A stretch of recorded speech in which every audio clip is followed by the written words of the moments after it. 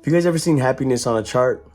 Well, here it is. This is the happiness chart. This chart states that your level of contentment and happiness is directly correlated with your level of acceptance, signifying that acceptance is the key to happiness. And the more you accept something, the happier you'll be. But happiness is a very subjective word, so we've got to be a little bit careful. That's why I put contentment right next to happiness. But before we go into detail on the chart, I want to give you a scenario with two totally different results to put this chart into perspective. The scenario is you just got fired from your job unexpectedly. There's really only two broad ways to respond to this. Option A, you take it negatively, you let it affect you, you spiral out of control, it's all downhill from there, and nothing good comes out of it. Or option B, you accept what happened, you tell yourself that there's going to be a lot of other opportunities, and you focus on a solution. Majority of the time, option B is going to be better because you're now using that energy to find a solution rather than feeling sorry for yourself all day, which obviously is not going to do anything. So because you accepted the first outcome, you can now focus on getting a better outcome. Does that make sense? I think it does. Let's move on.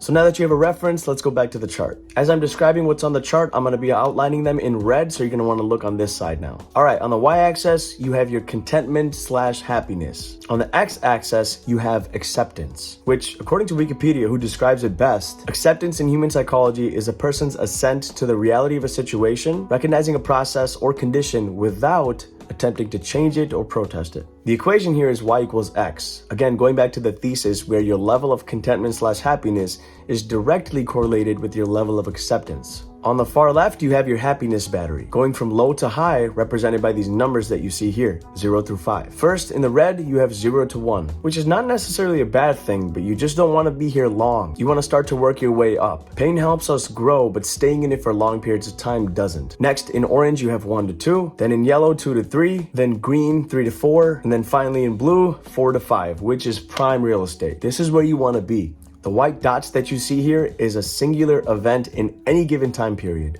Now, the reason these white dots are placed exactly on the line is because according to the theory, they cannot be placed anywhere else because of the direct correlation. That's the whole point of this. Because you're feeling a certain amount of X, you're going to feel the same amount of Y. Therefore, acceptance equals happiness, or vice versa. But why is that? Why do they have to be on the line? Well, let's pick a scenario and test it out, and I'll show you why. This time, let's say the scenario is you failed a big exam. Let's say your acceptance level is a 1.5, where you tell yourself, I can't believe I failed. There's no way. There's got to be some type of mistake. Well, you can't be a 5 on the Y-axis because the fact that you're telling yourself these things means that you're in denial. So because you haven't fully accepted it, you're not going to be happy about it. Thus, your contentment/happiness level will be just as low. You'll be a 1.5 on the Y scale. Or vice versa. Let's say your contentment/happiness level is a 0.5. Well, you can't be a 4.5 on the X-axis. Because if you're unhappy about something, that means you haven't fully accepted that thing. If you're unhappy about your low exam grade, that means you haven't fully accepted that that's the score that you deserve. So unless you do this and you accept it, you can't move up. So in this case, if you did fail, how can you bump up your numbers? What can you tell yourself? How about something along the lines of this? Okay, I didn't do as good as I thought I would, but this means that I didn't study hard enough. Because if others passed and I failed, that means I missed something. So let me go back to the drawing board, see what I missed, study harder, come back and pass. So again, what you're doing now is accepting your score, figuring out a solution, working towards it, and getting a better outcome. So your acceptance level at this point, probably a 4 to 5. And at the same time, your happiness contentment level is a 4 to 5. You're happy with the result that you got because it's going to help you to study better for next time. So the negative outcome led to a more positive outcome later down the road, which your future self is going to thank you, trust me. But remember guys, this does not happen overnight. You have to constantly practice this again and again. You have to keep coming back to this chart. Again, I've been using this for certain aspects in life and it has made a significant impact. So I encourage you to try it as well. Now here's the interesting part. I asked several different people if they can come up with a scenario where is it possible to not accept something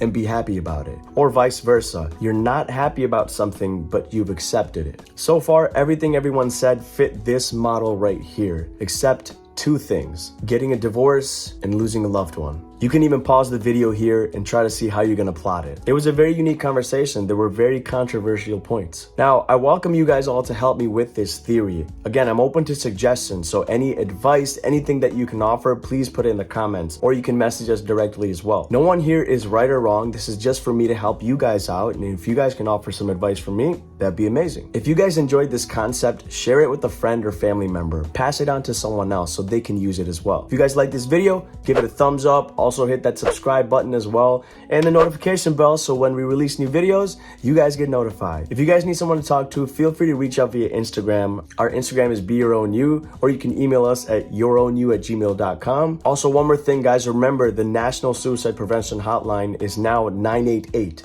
So all you got to do is just dial 988 in a suicidal emergency. I hope you guys have a wonderful week. Keep your head up, stay positive, and of course, most importantly, be your own you. Take care.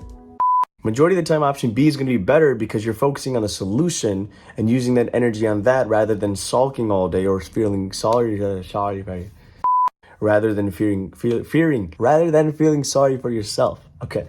Option B, majority of the time, option B is option B is going to be better because you're using your energy to solve the solution.